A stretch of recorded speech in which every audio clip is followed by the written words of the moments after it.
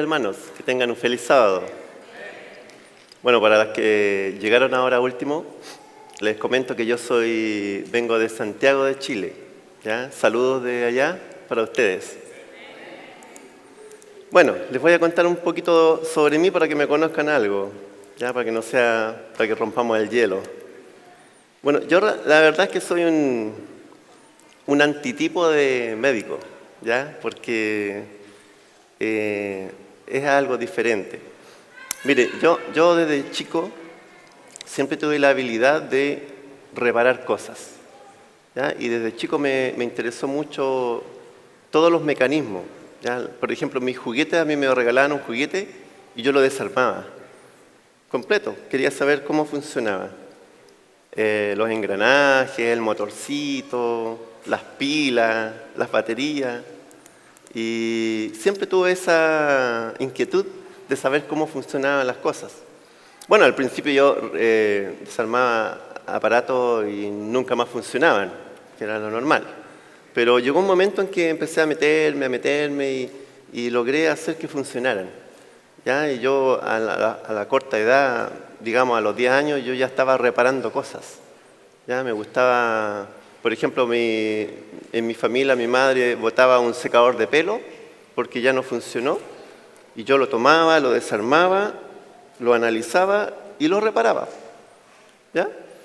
Y así fue como me metí. Yo siempre fui muy unido con mi padre porque él siempre tuvo vehículos, a él le encantaban los vehículos. Compraba uno, lo vendía, compraba otro, siempre tenía varios. Y la mecánica a mí me fascinaba. Y yo me metí con él, siempre andaba con él. Y logré aprender mucho de mecánica. Fui autodidacta. Entonces, yo logré tener, cuando yo tenía como mis 16, 17 años, logré tener un vehículo, un carro pequeñito. No sé si ustedes conocen los Fiat 600. ¿No? Son como un huevito así chiquitito. Y cuando se me descompuso, yo lo desarmé. Le desarmé el motor y lo reparé. Le hice un ajuste. No sé si alguien sabe de eso. Un ajuste de motor. Y increíble, pero quedó funcionando. Bueno, después me dio por la electricidad, porque la verdad es que en esa etapa, cuando yo tenía 17, 18 años, me gustaba andar bien vestido, ustedes saben, pues, en esa etapa de la vida, y me di cuenta que la mecánica era muy sucia, ¿ya? Meterse debajo de un auto lleno de grasa. Entonces dije yo, no, esto no es para mí. Me metí en la parte de electricidad y también todo esto, foco y instalaciones eléctricas, yo logré aprender, hice unos cursos y trabajé varios años. Y trabajé en una empresa por ahí haciendo instalaciones eléctricas de todo tipo, en postación y cosas así. Y después me dio por la electrónica, ¿ya? Quería saber cómo funcionaban estos aparatos. Me metí en esto, estudié sobre esto y logré trabajar, ¿ya? Logré trabajar en electrónica. Me fascinaba, pero llegó un momento en que dije, hay algo más, que es la informática. Entonces me dio por la informática y entré a estudiar, ¿ya? Entré a estudiar ingeniería en informática. Y bueno, lo que más me gustaba, más que la programación, me gustaba esto, repararlo, desarmarlo. Se quiebra una pantalla de un notebook, hay que llevarlo al técnico. Yo no, yo lo desarmaba, sacaba la pantalla y la cambiaba. Entonces me especialicé, justamente en mi trabajo me especialicé en reparación de notebook. Bueno, esto no tiene nada que ver con lo mío, parece, pero sí tiene que ver. Resulta de que a mí siempre me fascinó el cuerpo humano, porque el cuerpo humano es una máquina, ¿ya? Entonces, paralelamente a todo esto que yo aprendí, siempre estuve aprendiendo, leyendo y estudiando sobre cómo funciona un ser humano. Y me di cuenta que el ser humano tiene facetas de funcionamiento. Por ejemplo, el ser humano se compone de la parte física, que es el cuerpo, que es la máquina, la parte mental, que es como la tarjeta que controla el cuerpo. Por ejemplo, ustedes conocen las lavadoras automáticas, ¿cierto? Tienen un cuerpo, motores, cables por todos lados, y todo va a un panel electrónico. Y ese panel electrónico es el que manda. ¿Ya? Nosotros estamos compuestos igual. Este es nuestro panel electrónico, nuestra mente. Pero también hay otra faceta del ser humano, que es la parte espiritual. Entonces nosotros nos regimos por física, mental y espiritual. Ahora, un médico misionero, ¿cómo tiene que ser? Hoy en día ustedes ven, por ejemplo, cuando ustedes van al hospital, a donde su médico, el médico general los recibe, los analiza y dice, usted tiene problemas cardíacos. Entonces lo deriva ¿a quién? A otro médico, para que le vea la parte cardíaca, porque él no lo ve. Él solamente es medicina general. Luego el cardíaco, después de ver lo que ustedes tienen, le da los medicamentos para el problema y le dice, usted también tiene problemas de la piel, y lo manda a donde otro especialista para que le vea las alergias y qué sé yo. Y el otro especialista lo ve y dice, ya, lo analiza, le da pastillas para la piel, qué sé yo, y este le dice, usted tiene problemas psicológicos, ¿ya? Y lo mandan donde otro médico. Y el otro médico es un psicólogo, le hace los test de psicología y le dice, usted tiene traumas, usted tiene depresión, lo deriva a otro, que es ¿a quién lo deriva el psicólogo? Al psiquiatra. Y el psiquiatra lo ve y le dice, tome, pastillas, pastillas, pastillas, pastillas. ¿Ustedes conocen el ping-pong? ¿Se conoce acá? ¿Ese que se juega? Eso es lo que hacen los médicos hoy en día con nosotros. Nos pimponean. Para allá, para acá, para allá. Y cada uno saca un pedazo, ¿ya?, de la torta. Y al final, ¿qué pasa? Pasamos por uno, otro, y al final, ¿cuál es? Seguimos igual de enfermos. No nos recuperamos. Es así. Esa es la medicina de hoy. Entonces, ¿qué es lo que quiere Dios? Dios quiere que nosotros, nos quiere capacitar para que seamos médicos misioneros. ¿Por qué? Porque esa es la obra final, hermanos. Es para donde nosotros vamos. Si ustedes piensan que hay otra opción, no la hay. ¿Por qué? Porque estamos en los últimos tiempos. Tenemos que reaccionar. ¿Ya? En estos últimos tiempos nosotros tenemos que prepararnos para la crisis que se avecina, que es la crisis final de este mundo, donde este mundo va a ser destruido. ¿Ya? Y aquí tenemos dos opciones. O nos vamos con Dios o nos quedamos acá. Los que se queden acá, ¿qué les va a pasar? Van a ser destruidos. Bien, entrémonos al tema. Eso era una introducción. Primera de Corintios 10:31. Si no pueden buscar. Dice así. Si pues coméis o bebéis, hacéis otra cosa, hacedlo todo para la gloria de Dios. La pregunta es la siguiente. ¿La comida influye en mi mente? Vamos a estudiar para que nosotros podamos tener un alcance más general de lo que pasa con la comida. Nosotros tenemos que estudiar qué pasó con los antiguos. ¿Ya? ¿Qué es lo que pasó allá? Vamos a irnos a lo que pasó con los antediluvianos. Vamos a estudiar un poco en qué cayeron, qué pasó, cuál fue el problema. Bien, vamos a hablar un poco de Adán. Díganme ustedes, ¿alguien sabe aquí cuánto medía Adán? ¿Ah? Hay muchas hipótesis sobre la altura de Adán. Unos decían que medía en metros, 4 metros, otros dicen 8 metros. Al final todos tienen una hipótesis diferente. Pero la verdad es que es difícil saber exactamente cuánto medía, porque las medidas de la antigüedad eran diferentes de ahora. Por ejemplo, antiguamente se medía en codos, ¿cierto? Entonces, mi codo es diferente al codo de un niño, ¿ya? Porque hay una diferencia bastante notoria. O sea, entre más alto uno, el codo es más largo. Estamos ciertos, ¿cierto? Es como la pierna.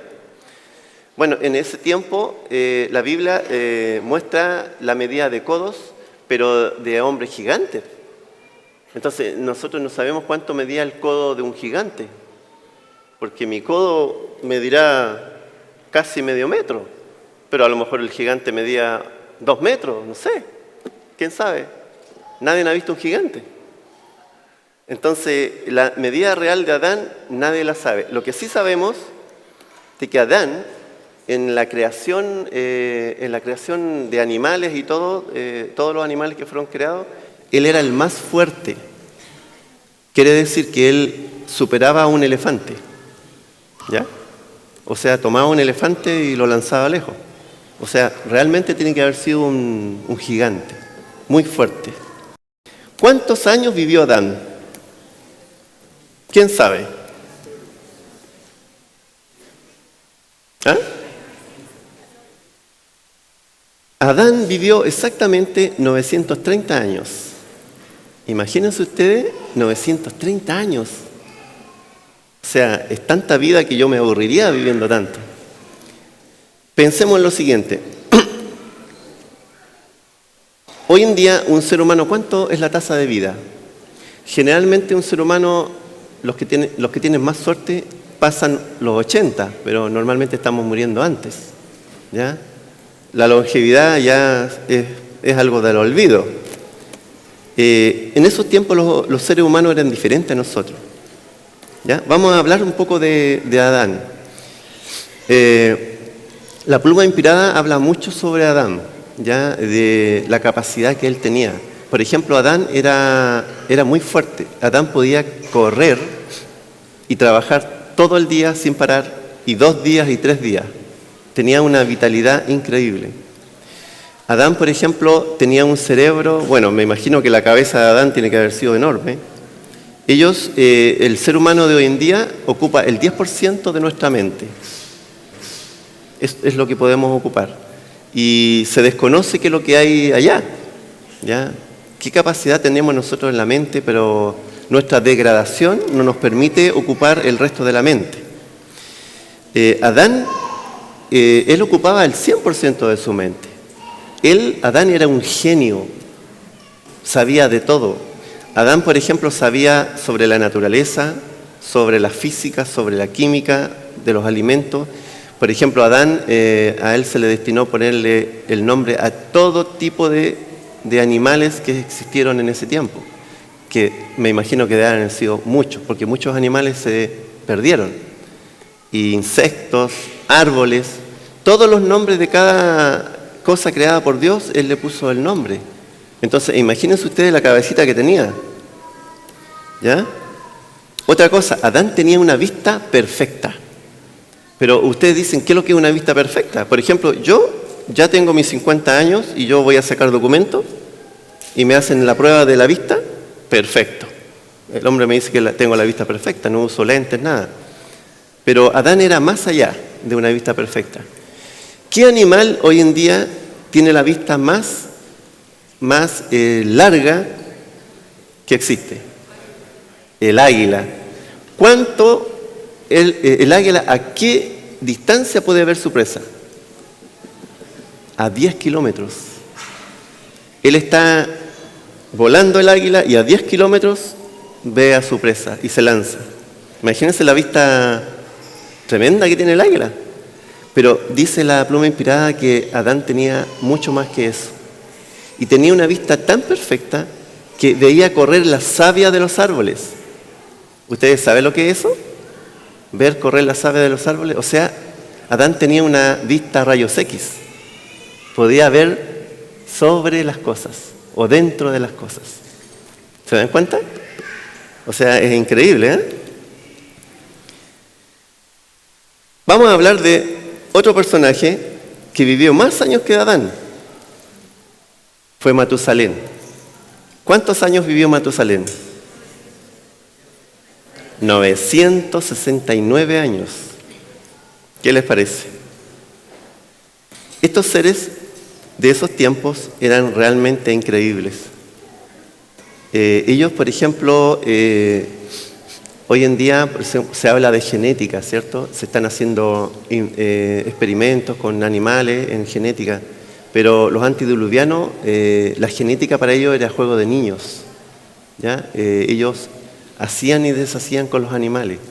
De hecho, se sabe de que en el arca no subieron algunos animales, porque Dios solamente rescató la creación de Él. ¿Entienden? Mucho se habla de los dinosaurios y todas esas cosas, pero esos no son animales creados por Dios. ¿Y quién los creó?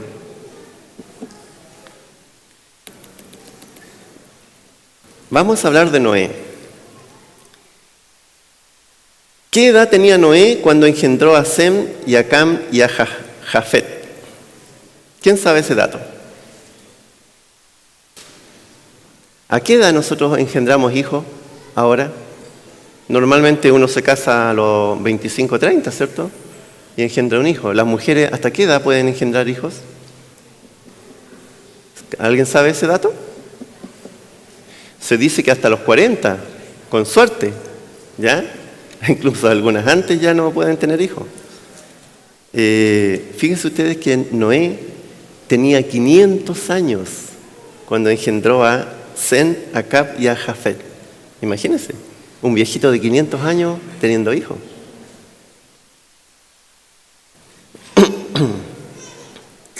¿Qué edad tenía Noé cuando Dios le dijo de que construyera el arca? ¿Qué edad tenía? Falta estudio, hermanos. Noé tenía 600 años. Imagínense un viejito de 600 años construyendo un enorme barco. ¿Saben ustedes de qué fue hecha el arca? ¿De qué madera? Gofer.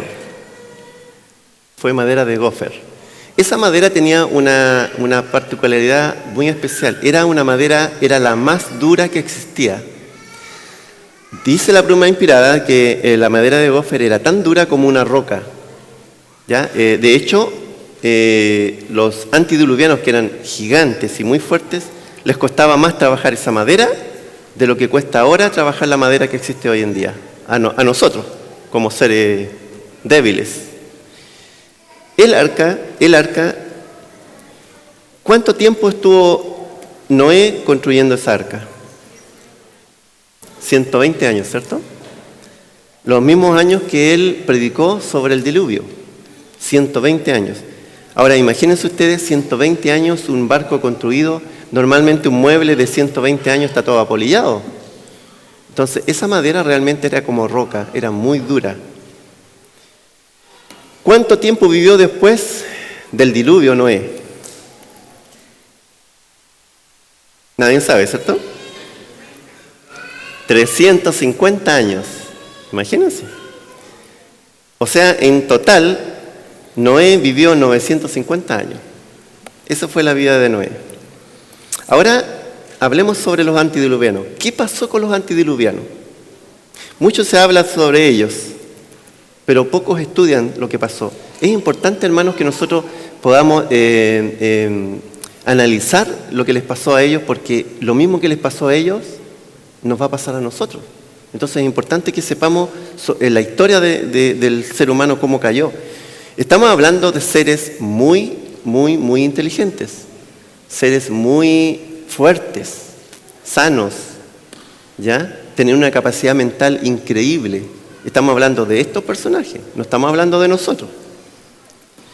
En Génesis 6, del 1 al 13, dice lo siguiente.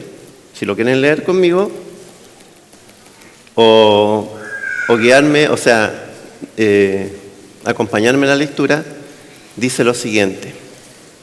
Aconteció que cuando comenzaron los hombres a multiplicarse sobre la faz de la tierra, y le nacieron hijas, y viendo los hijos de Dios que las hijas de los hombres eran hermosas, tomaron para sí mujeres, escogiendo entre todas. Vamos a parar hasta ahí.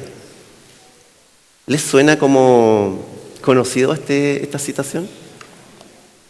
bueno, en esos tiempos siempre hubo un pueblo que era el de Dios y un pueblo que estaba lejos de Dios. Y acá está hablando de algo que pasa hoy en día. Hoy en día la iglesia, ya siempre, o el pastor siempre está dando el consejo de que nosotros no nos unamos en yugo desigual, ¿cierto? Pero eso siempre es un problema, porque siempre nosotros estamos encontrando de que acá en la iglesia los hombres no encuentran a la persona que quieren y la salen a buscar allá afuera. ¿Y qué es lo que pasa ahí? Al unirnos en yugo desigual, ustedes saben lo que está pasando. Bueno, en esos tiempos pasó lo mismo, exactamente lo mismo. Sigamos la lectura.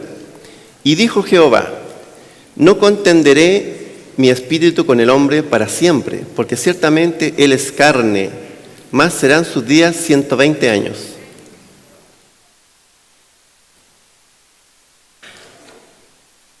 Bien. Dios tuvo una razón por la cual bajó la tasa de vida. En ese tiempo habían gigantes. Sigamos la lectura. Habían gigantes en la tierra en aquellos días, y también después que se allegaron los hijos de Dios con las hijas de los hombres, les engendraron hijos. Estos fueron los valientes que desde antigüedad fueron varones de renombre. Y vio Jehová que la maldad de los hombres era mucha en la tierra, y que todo designio de los pensamientos del corazón de ellos era de continuo solamente al mal. Y se arrepintió Jehová de haber hecho al hombre la tierra, y le dolió en su corazón.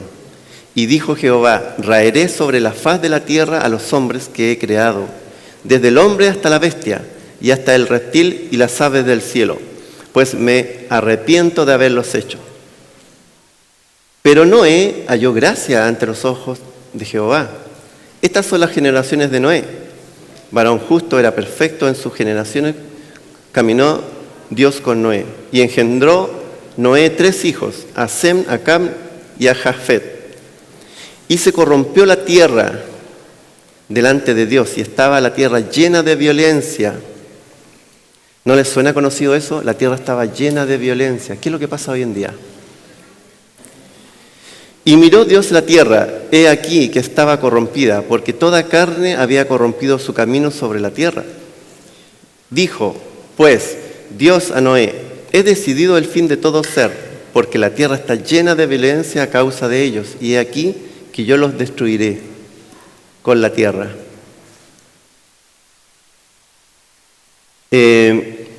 A veces nosotros pensamos qué tan violentos eran esos tipos. Imagínense ustedes. Estas cosas hay que razonarlas, hermanos, porque no nos quedemos con solo una lectura. Nosotros tenemos que pensar, razonar y pensar qué tan violentos eran. Miren, hoy en día un delincuente que se hace delincuente cuando joven, generalmente toda la vida es delincuente. Y empieza con delitos pequeños, ¿cierto? Por ejemplo, robo, hurto, ¿ya? Después robo con violencia. Después ya se vuelven, el robo con violencia ya es poco, sino que después matan a la víctima, ¿ya? Entonces siempre van en un grado más, cada vez van caminando más hacia la maldad. La vida de un delincuente es corta, generalmente no llega a la vejez porque antes o lo matan o algo pasa, ¿ya? Pero imagínense ustedes que un delincuente de ese tipo, del que yo les hablo, que en poco tiempo empieza una maldad pequeña y llega hasta matar gente. Imagínense que ese delincuente nosotros lo tomemos y le demos 900 años de vida. ¿En qué se podría convertir? O sea, tenemos que entender de que si estos hombres tenían tantos años de vida y eran malos, o sea, la pluma inspirada dice que estos hombres era tanta la maldad que ellos se gozaban, se estimulaban destripando a una persona. O sea, eran realmente malos.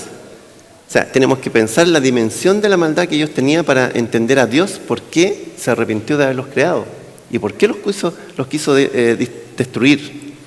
La maldad era casi inimaginable. Veamos lo que dice al respecto nuestra profeta. Esto está en Patriarcas y Profetas, capítulo 7, si alguien lo quiere leer después.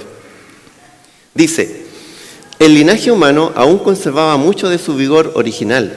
Solo pocas generaciones había pasado desde que Adán había tenido acceso al árbol que había de prolongar la vida. Y la unidad de la existencia del hombre era todavía el siglo. Si aquellas personas dotadas de longevidad hubieran dedicado al servicio de Dios sus excepcionales facultades para hacer planes y ejecutarlos, habrían hecho del hombre, de su creador, un motivo de alabanza en la tierra y habrían cumplido el motivo por el cual les dio la vida. Pero dejaron de hacerlo. Había muchos gigantes, hombres de gran estatura y fuerza, renombrados por su sabiduría, habilidades para proyectar las más sutiles y maravillosas obras. Pero la culpa que incurrieron al dar rienda suelta a la iniquidad fue proporcional a su pericia y habilidades mentales. ¿Saben ustedes que estos seres eran realmente, como les decía yo, eran muy inteligentes, eran como, todos tenían habilidades en todo. Ellos eran capaces de construir, imagínense ustedes una persona con esas habilidades, ¿qué podría construir? Ellos se gloriaban de construcciones que hacían. Como tenían tanta vida, tantos años de vida, ellos construían verdaderos castillos, ya para ellos. ¿Ya? Hoy en día ustedes saben que nosotros podemos lograr tener una enorme y linda casa, ¿ya? Pero ellos tenían vida para tener muchas casas o construirse una ciudad si quisieran, para ellos mismos. Tenían la fuerza, la habilidad, la destreza, la inteligencia para hacerlo.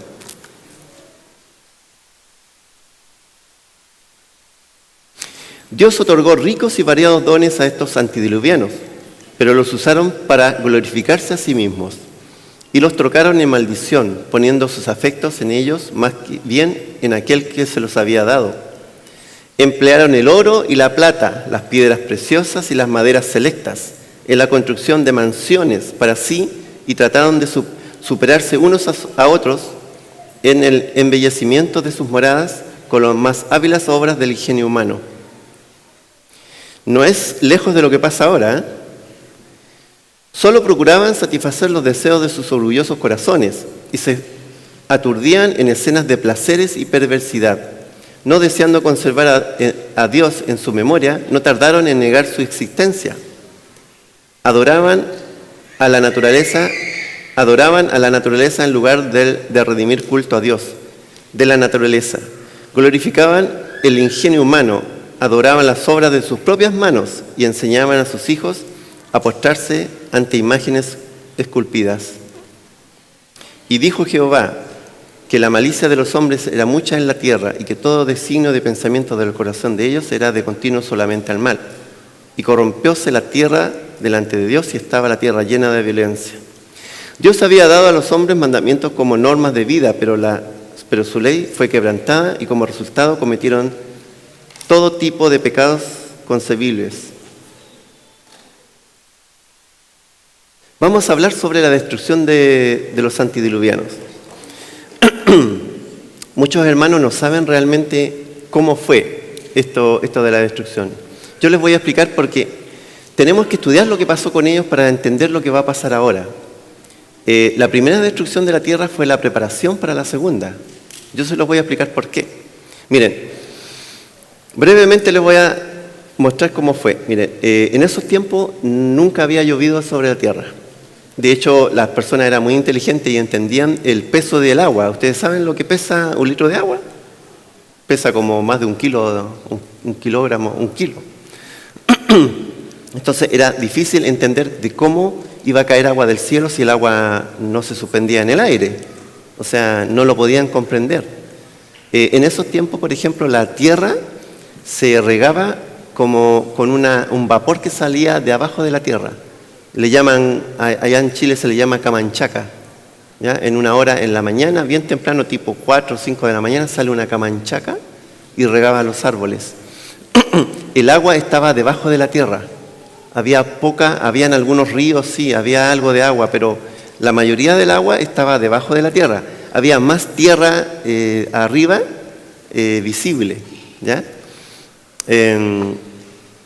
Bueno, estos antediluvianos no creían de que podía caer agua del cielo. Cuando Noé terminó el arca y Dios le indicó de que subiera al arca y todo el mundo vio, porque todos estaban pendientes de lo que hacía Noé, le decían que estaba loco. Pero un día vieron una caravana de animales que venía ordenadamente en pareja subiendo al arca. Entonces todos pensaron, ¿y qué es lo que pasa aquí? Se preocuparon. Y no faltó otros que eran los cabecillas, le decían, no, eso es magia, eso es una visión óptica. ¿Ya? Entonces los convencieron de que no era así. Cuando subieron los animales al arca, todos vieron cerrar esa tremenda puerta que fue invisible, nadie estaba ahí. Un ángel la cerró y la selló.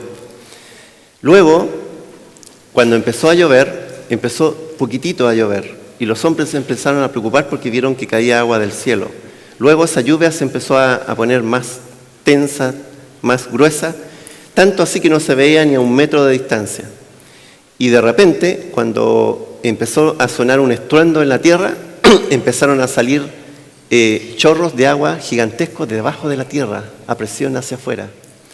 Y venían con rocas gigantescas del porte de una montaña, salían disparadas hacia arriba y caían aplastando a la gente y haciendo más grietas en la tierra. Y así, piedras gigantes, chorros de agua.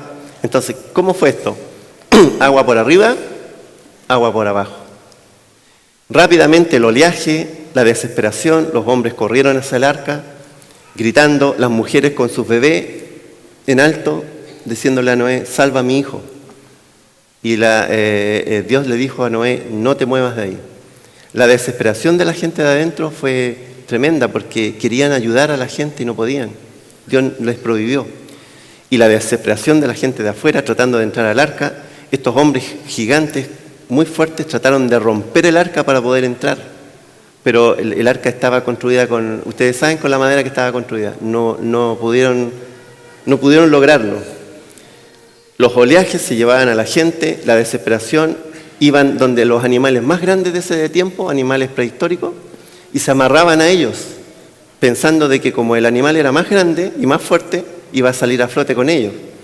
Pero aún así, el oleaje era escalofriante. Dice la pluma inspirada que Satanás temió por su vida. Imagínense ustedes, Satanás temió por su vida. El arca, si no es porque ángeles la custodiaron y la afirmaron, el arca también se hubiera hundido. Fue muy violenta esa destrucción, muy violenta. ¿Qué pasó después? Cuando bajaron las aguas, se posó el arca sobre un monte. ¿Qué monte? Ararat, ¿cierto? Dios le dijo a Noé, no salgas del arca. Pasó un tiempo.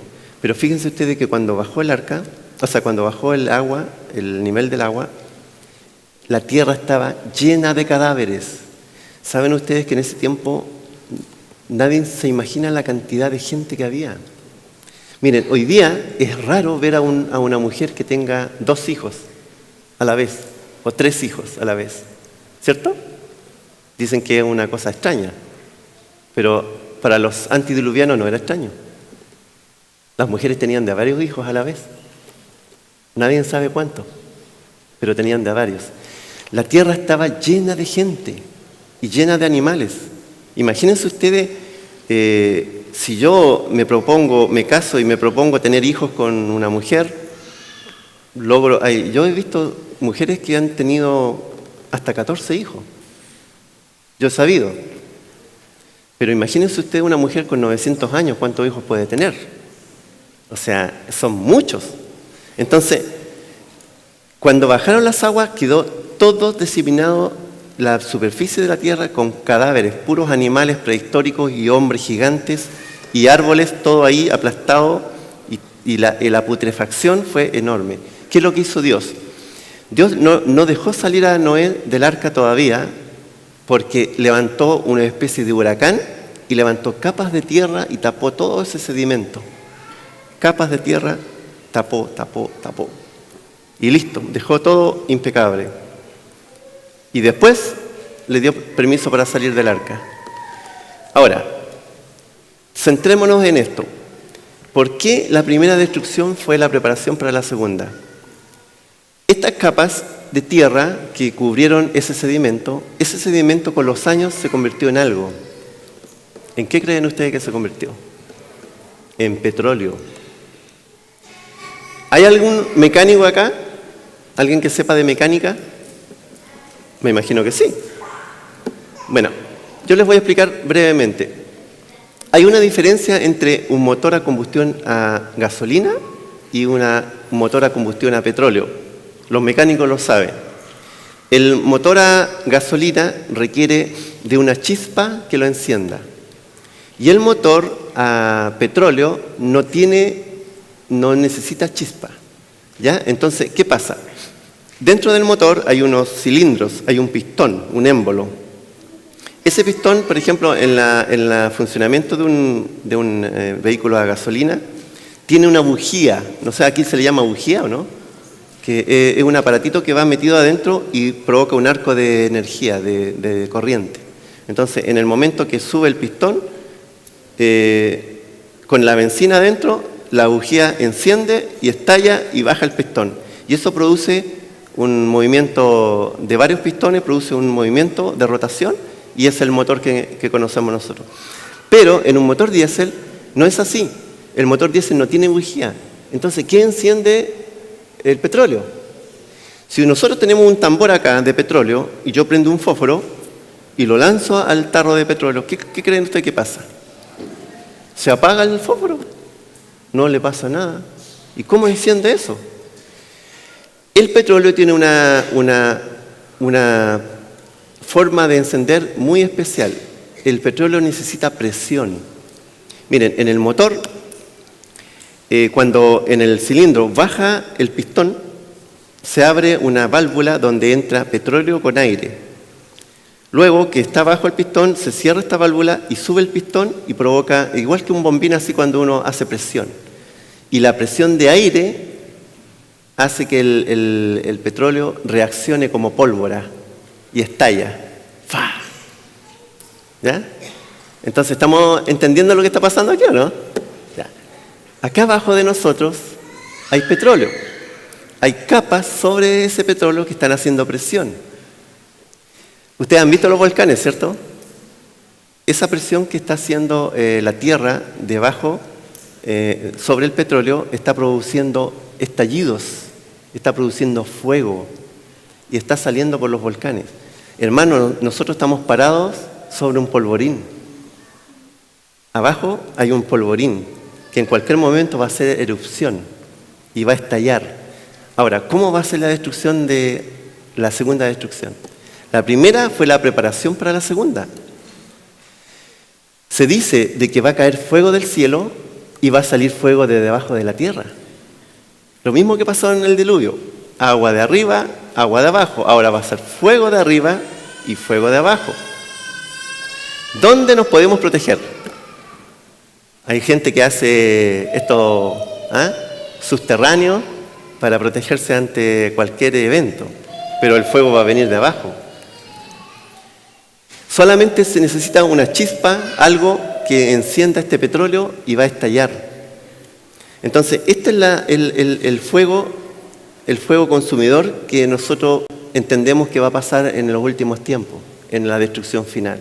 Solamente el diluvio fue la preparación. Ahora, nosotros con todo esto que estamos analizando tenemos que entender qué es lo que pasó con los antediluvianos para poder comprender lo que va a pasar ahora. Y todo está ligado a lo mismo. Mire, si ustedes se dan cuenta, la caída del hombre fue por la comida. Los antediluvianos, la pluma inspirada dice que también ellos bebían y comían, ¿ya? Fueron destruidos porque ellos se alejaron de las normas de Dios. Siempre Dios tenía normas de salud desde el principio, ¿ya? Y ahora las tiene. Dice acá que Dios no condenó a los antediluvianos porque comían y bebían. Les había dado los frutos de la tierra en gran abundancia para satisfacer sus necesidades materiales. Su pecado consistió en que tomaron estas dádivas sin ninguna gratitud hacia el dador y se rebajaron entregándose desenfrenadamente a la glotonería. Es ahí el problema. Vamos a hablar sobre otros seres, otros personajes de la antigüedad que son los israelitas. Y vamos a entender un poco más qué es lo que pasó acá. Los israelitas fue el pueblo de Dios. Ustedes saben la historia. La historia empezó con José, cuando entró ya a la ciudad y pudo descifrar el sueño ya de... en ese tiempo, por ejemplo, los egipcios, Egipto en ese tiempo era el pueblo líder, era como Estados Unidos ahora. Eran prácticamente los dueños de todo el mundo. ¿Ya? El faraón era el dios. No había nadie más arriba que el faraón. Era prácticamente el dios. Entonces, cuando José entró y pudo revelar el secreto de sus sueños, en ese tiempo el faraón tenía muchos personajes grandes personajes inteligentes, tenía brujos, tenía adivinos, tenía gente que sabía de tecnología, todo alrededor del faraón, tenía lo mejor de lo mejor. Pero nadie pudo descifrar el sueño que acongojaba al faraón. Y ustedes saben, ¿para qué les voy a contar la historia de José? José, hubo una historia ahí y en un momento tuvo la oportunidad de que dos personajes que el faraón mandó a la cárcel, habló con ellos y les descifró su sueño. Uno de ellos le habló al faraón y le dijo: yo conozco a alguien que puede descifrar tu sueño. Y José fue presentado ante el faraón y le descifró el sueño. ¿Y cuál era el sueño? En ese tiempo Dios le estaba advirtiendo al faraón, era Dios que le advirtió de que iban a haber 7 años de abundancia y 7 años de sequía. El peligro era total, eminente. La raza del hombre iba a morir en ese tiempo, si no se hacía algo. Entonces Dios usó al faraón y usó a José para poder ponerle solución a esto. Cuando pasó todo esto, José se hizo cargo, ustedes saben la historia, en 7 años acumuló alimentos, y los años de sequía él tuvo alimento para todos. Después de esto el faraón le dijo a José que trajera a su pueblo y que le iba a dar una llanura, lo mejor de Egipto. Y ahí fue cuando se introdujo el pueblo de Israel a Egipto. Pero cuando entró el pueblo de Israel a Egipto, empezó a mezclarse, ¿entiende? Otra vez lo mismo, ¿ya? Lo que leímos, ¿ya? Los hombres, los israelitas, que eran el pueblo de Dios, se empezaron a mezclar con la gente egipcia. ¿Y quién eran los egipcios? Eran idólatras. Ellos creían en varios dioses. ¿Y qué comían los egipcios? Comían de todo. Comían hasta víboras y cosas así. O sea, comían realmente de todo. Ellos no tenían ningún problema en comer. Entonces, el pueblo de Dios se alejó, se apartó de Dios y Dios los abandonó. Siempre ha pasado lo mismo. Si yo me alejo de Dios, Dios me abandona. Si yo me acerco a Dios, Dios me toma nuevamente y me bendice. Entonces el pueblo de Dios se apartó de él y los dejó a merced de lo que a su suerte. ¿Y qué pasó? Los egipcios, cuando el faraón murió y el sucesor, los tomó como esclavos. Y cuando los tomó como esclavos, cada vez era peor, porque los sometía y los sometía. Y cuando estaban en dificultad, empezaron a orar y les mandó al Salvador. ¿A quién les mandó? A Moisés. José los introdujo y Moisés los sacó. ¿Ya? Entonces, ¿qué es lo que hizo Dios con el pueblo de Israel? Mandó a Moisés, los sacó y los llevó por el desierto. Pero ahí hay una preparación que hizo con ellos. Fíjense ustedes, si nosotros analizamos cómo preparó al pueblo de Israel Dios para la Canaán celestial, entendemos de que primero les dio, hay remedios naturales acá, les dio ejercicio, porque los hizo caminar, ¿cierto? También les dio aire puro. ¿Qué más les dio?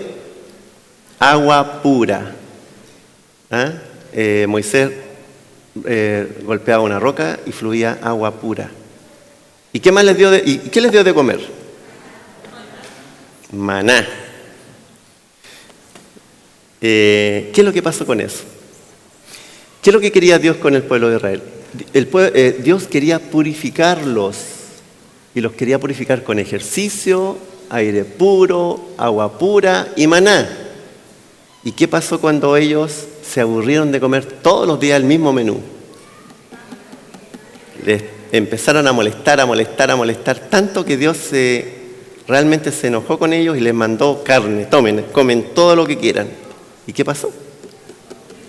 ¿Se dan cuenta que siempre la comida está aquí? Siempre la comida está aquí.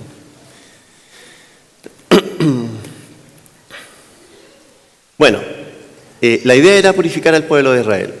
Bueno, este pueblo era muy porfiado. De hecho, ellos nunca llegaron a la Canaán terrenal, porque murieron todos caminando en el desierto. Y Dios les daba vueltas y vueltas.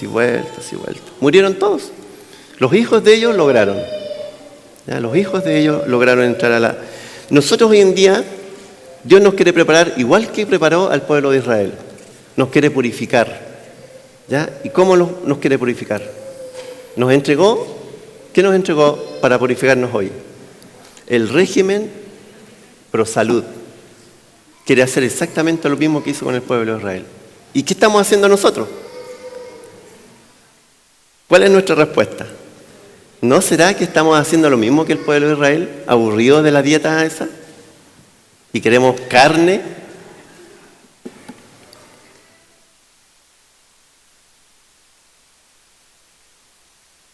Bueno, hoy en día pasa lo mismo, hermanos. ¿Se dan cuenta que se están repitiendo los errores?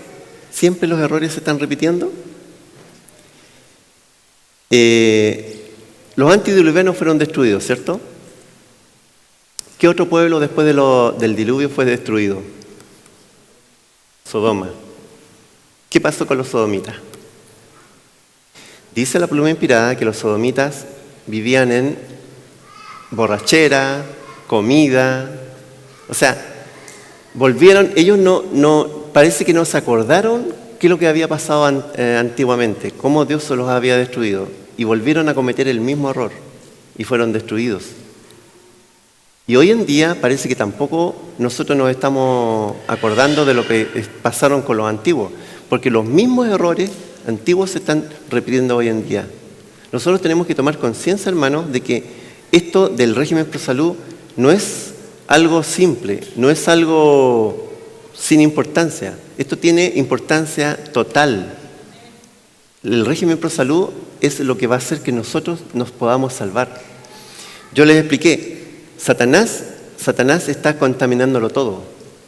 ¿Por qué? Porque él sabe que contaminando el agua, contaminando el aire, privándolo a usted de ejercicio, metiéndolo en una oficina y dándole carne y comida con veneno, va a confundir ¿qué? La mente. Y confundiendo la mente, los tiene. Entonces, ¿qué es lo que hizo Dios? Mandó a una profeta, que es nuestra profeta que tenemos todos, para darnos un mensaje especial. Decirnos, miren lo que pasó en la antigüedad, que se está repitiendo hoy en día. Hermanos, tomemos conciencia. Tenemos que practicar el régimen pro salud, porque es lo único que nos va a salvar. ¿Qué vamos a llevar al cielo? ¿Un cuerpo? No, vamos a llevar un carácter. Entonces, ¿qué es lo que quiere Dios con este régimen pro salud? Quiere purificarnos nuestro cuerpo, nuestra mente, para que pueda habitar el Espíritu de Dios en nosotros y podamos transformar nuestro carácter. Ya no ser dependientes de que el cuerpo nos pida algo y lo hacemos, sino que someter al cuerpo a nuestra mente, tener esa capacidad. En el cielo, ¿qué es lo que va a haber de comida? ¿Quién sabe eso? ¿Qué vamos a comer? Porque algo vamos a tener que comer allá. Entonces, ¿qué pasa con la gente que come carne, que come papas fritas, mayonesa? Yo creo que va a sufrir allá arriba. Si no nos preparamos ahora en la comida, vamos a tener problemas allá arriba, no vamos a poder entrar. ¿Se imaginan allá arriba una persona que, esta misma que le comentaba yo, de que no quiso hacerse un tratamiento porque le quité la carne? Y dijo, ¿qué voy a hacer yo sin comer carne? ¿Y qué voy a comer? ¿Podría esa persona subir al cielo? ¿A quién va a matar allá? ¿Un ángel? ¿Para comérselo? O sea, allá arriba no va a haber carne, hermano. Entonces nosotros tenemos que prepararnos para el cielo. ¿O no? Así es.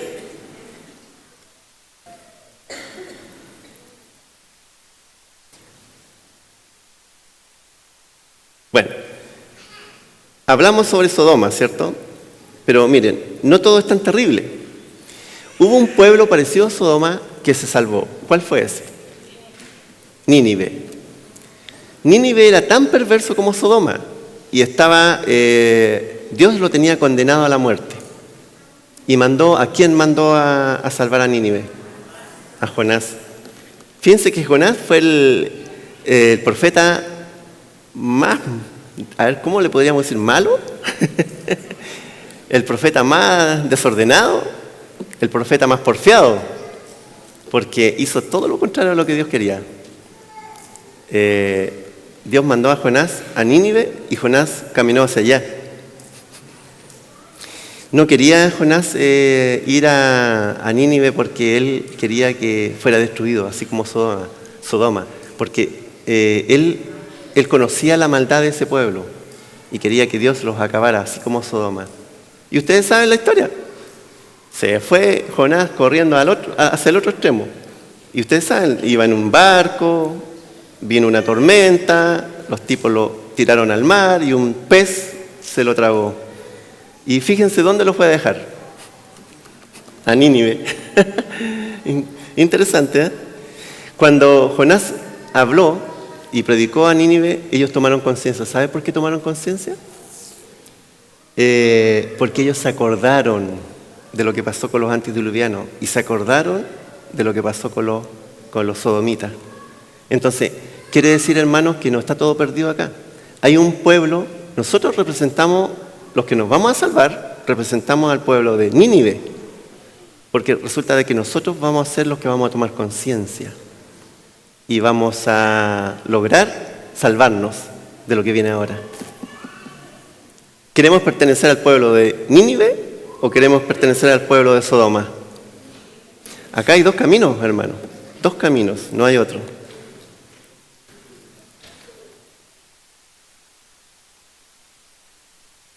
Bueno, vamos a hablar qué es lo que está pasando hoy en día.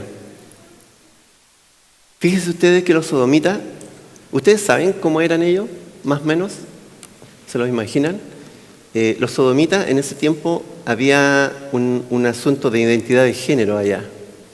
Es lo mismo que está pasando hoy en día. Ustedes saben la identidad de género, ¿cierto? Donde un niño de 5 años puede decir si es niñita o es varón. O puede jugar con muñeca, o sea, tiene libertad. Esto mismo pasó en Sodoma, pero llegó hasta el extremo que los hombres en ese tiempo ya no tenían nombre. O sea, hoy en día hay nombres que se le da a una persona según lo que quiere. ¿Ya? Por ejemplo, lo último que supe ahora, yo supe que una mujer se casó con su perro. No sé si ustedes lo vieron. Ella se vistió de traje de bodas, del vestido, y el perro lo vistió con un traje así como yo. ¿Vieron eso, no? No sé si lo vieron. Y se casó. Pero es chistoso, pero la verdad es que la mujer tenía relaciones con el perro. O sea, se casó con él. Y hoy en día, como esto es... ahora, por ejemplo, si yo llamo a una persona por un nombre que no corresponde, me pueden meter preso. No puedo decir, por ejemplo, homosexual. Me meten preso. Porque todos tienen libertad de ser lo que quieren. Entonces, ¿qué es lo que vemos ahora? Por ejemplo, hay gente que dice que se representa por un perro o por un chancho. ¿Entiendes? Entonces yo quiero ser, y ahora identidades hay variadas, ¿ya? Y cada identidad le tienen un nombre. Entonces es tanta la faceta de identidades de género que en ese tiempo los antediluvianos la tenían. En ese tiempo, por ejemplo, habían mujeres con animales, hombres con hombres, mujeres con mujeres, o sea, había una variedad increíble. Lo mismo que hay hoy en día. Hay una variedad increíble. Aquí, si yo quiero ser gato, me voy e invento una identidad de gato y soy un gato. O sea, es lo mismo. ¿Ya?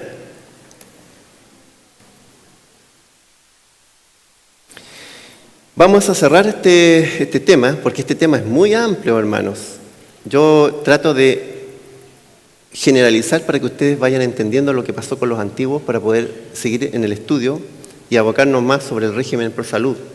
Yo en la tarde voy a hablar más sobre alimentación. Vamos a ser más prácticos porque mucho se habla sobre régimen pro salud, pero se generaliza mucho, ¿ya? Entonces vamos a ser más prácticos. Yo les voy a dar opciones prácticas de saber cómo lo tengo que hacer, porque información hay mucha. Ustedes toman un libro de Elena G. de White y habla sobre las carnes, sobre algunos alimentos, pero nadie puede ordenar todo eso y decir, bueno, ¿pero qué como entonces? Entonces vamos a hablar sobre la alimentación en la tarde, ¿ya? Vamos a ser más prácticos. Así que traigan cuadernos, lápiz, para que ustedes, yo les voy a dar datos específicos de combinaciones de alimentos sobre los ácidos alcalinos, para que ustedes entiendan. ¿Ya? ¿Qué es lo que va primero, qué es lo que va después? El agua, dónde se toma, la fruta, dónde se combina. ¿Me entienden? Algo práctico, para que ustedes puedan aprender a cada día ser más sanos. Para terminar, vamos a buscar Segunda de Crónicas, capítulo 7, versículo 14.